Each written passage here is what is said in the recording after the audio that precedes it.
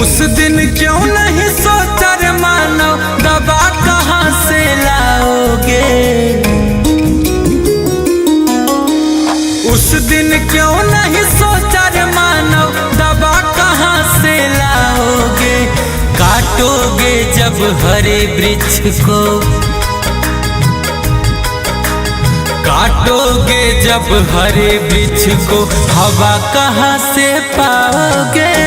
काटोगे जब हरे वृक्ष को, हवा कहाँ से पाओगे। काटोगे जब हरे वृक्ष को।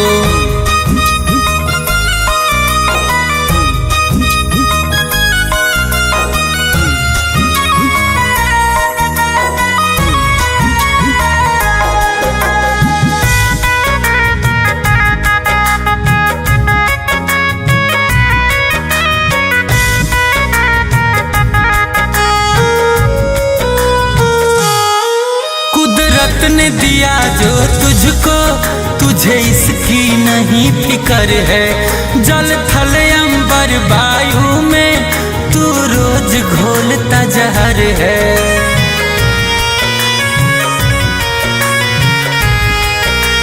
हाँ, कुदरत ने दिया जो तुझको, तुझे इसकी नहीं फिक्र है। जल थल अंबर वायु में तू रोज घोलता जहर है। ईश्वर का कठपुतली ना, ईश्वर का कठपुतली ना, ईश्वर से आगे जाओगे। काटोगे जब हरे वृक्ष को,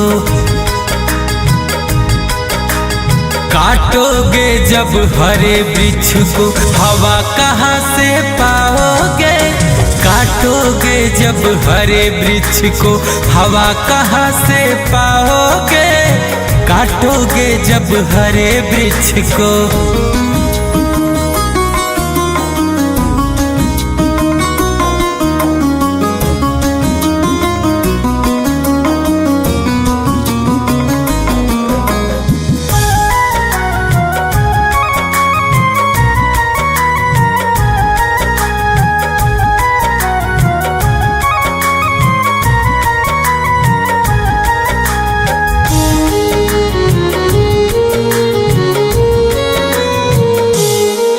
औकात में रह लो पंकज, ईश्वर से बड़ा नहीं है। कर्मों से अपनी मौत को लिखने वाला तू ही है।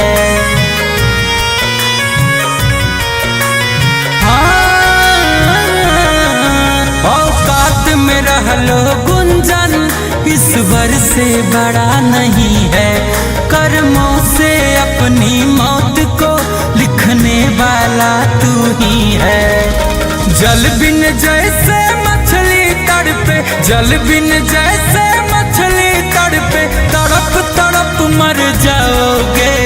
काटोगे जब हरे वृक्ष को, काटोगे जब हरे वृक्ष को, हवा कहाँ से पाओगे।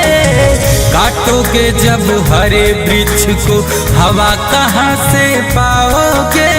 काटोगे जब हरे वृक्ष को। भैया मैं गुंजन सिंह। आप लोग देख रहे हैं आजकल जो ऑक्सीजन की कमी चल रही है, इसका मुख्य कारण है हरे वृक्ष की कटाई।